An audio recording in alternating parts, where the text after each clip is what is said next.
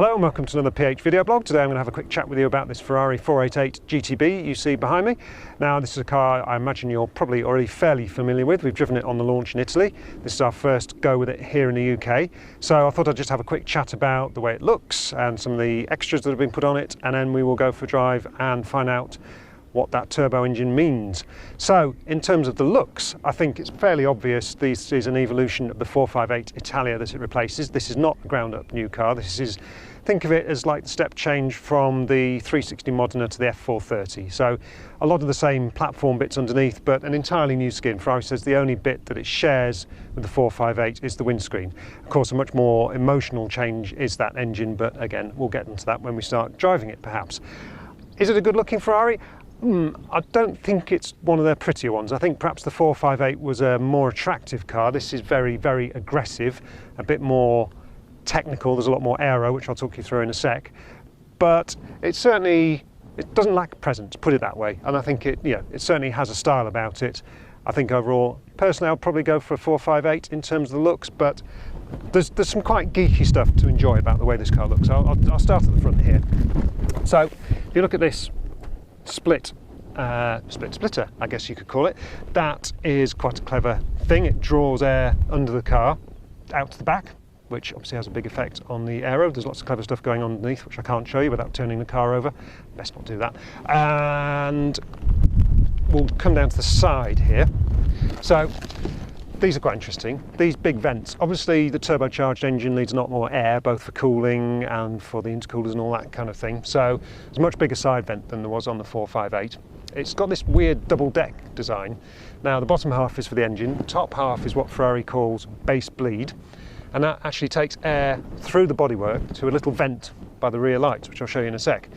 Every detail is thought of here, so even these door handles are shaped to direct air into the intercoolers to obviously make more power in the engine. So every last detail is considered. I'll show you these little vents at the back, they're quite interesting. So the base bleed air comes out of here, and what that does is, apparently, it creates an area of low pressure around the back of the car, which then sucks air over this engine deck, through this vent here and out here.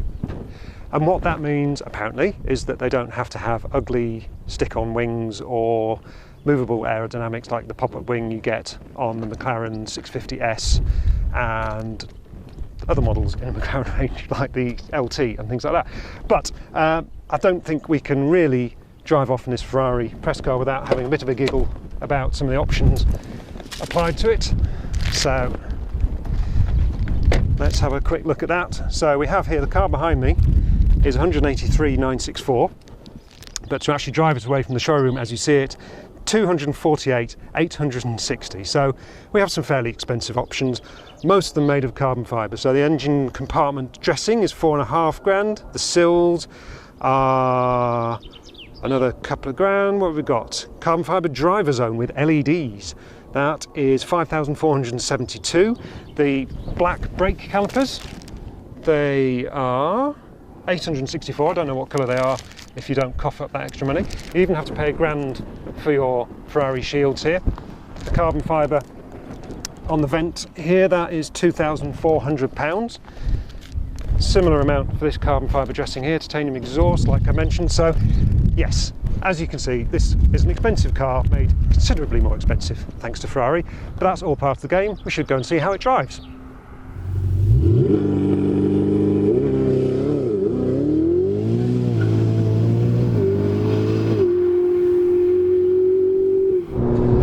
So we've had a walk around the 488 GTB, we've had a bit of a snigger at the options that Ferrari GB has put on the car, standard. Now I think we should actually go for a drive and answer perhaps one of the big nagging questions that still hangs over this car, although we're fairly familiar with it now, and that is, do we have anything to fear from turbocharged Ferraris? Now then, it's difficult, there are quite a lot of aspects to this really, and I think the nagging one is really how good the 458 Italia was.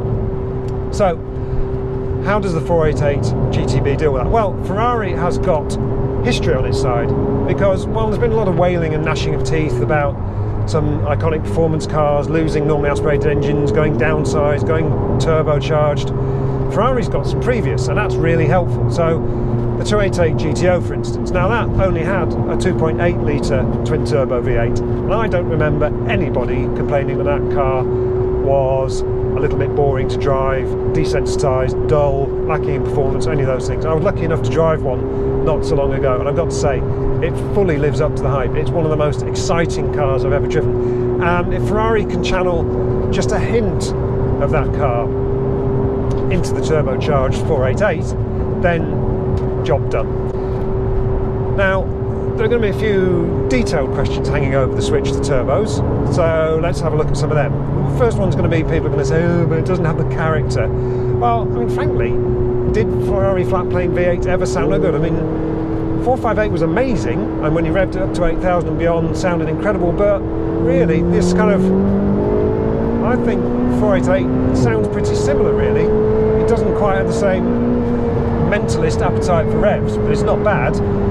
But I don't think they ever really sounded that much. V12 Ferraris, on the other hand, different thing. V12 Ferraris, the day they go turbocharged, I'm going to be weeping.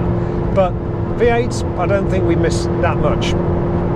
The other thing Ferrari will counter with as a compensation for going turbo is performance, is numbers, and really it's very, very difficult to argue with those. So we've got 670 horsepower going to the back wheels. That's 100 more than the 458.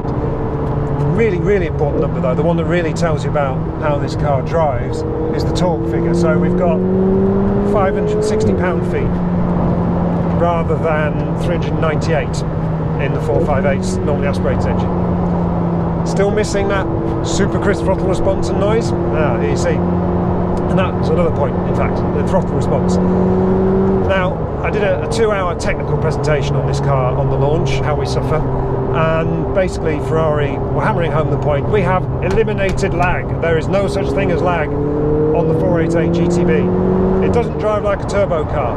Well, I think they were being a bit disingenuous really, because it does drive like a turbocharged car, but in a very good way, and in a very Ferrari way as well. So, if you want instant response, you can just go down the gears. Here I am in third. I've got a slow-moving car to overtake. I don't think you could say I was lacking response there. Now then, if I tried the same from, say, 6th gear, just wait for this straight to appear. Yes, there's a bit of lag there, but it's quite exciting, and you can actually hear the turbos working as well. You know, there's a bit of a whoosh.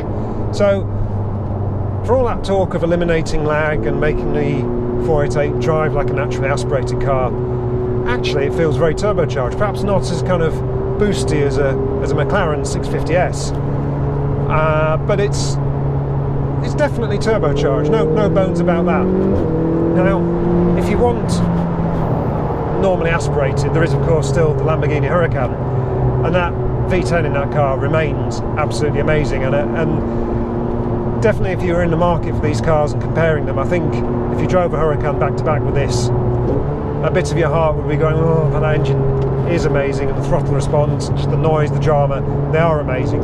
But frankly, I don't think a Huracan would see which way this car goes, and that's for a number of reasons. One of them being the steering and the whole setup in this car.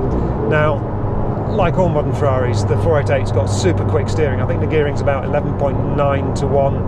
McLaren's are about 13 to 1, depends on the model exactly. The Huracan with its non-dynamic steering is, I think, about 16 to 1. Now, obviously, there's variations in steering geometry and all the rest. It's not a like-for-like comparison, but it does give you a sense of how quick the steering is in the 488 and all modern Ferraris. Now, what does that do? Well, it means that the front end really, really attacks the apex of the corner. It really, it's tuned quite nicely. It doesn't twitch about. It's not scary, but it's certainly assertive in the way it turns in.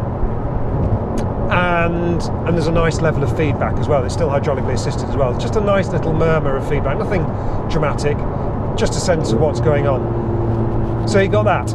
And then what that means is that immediately all that clever tech on the rear axle, all that locking diff, the F1 stability control, all that kind of stuff is primed and ready to make use of all that torque, which it does in fine fashion. Now,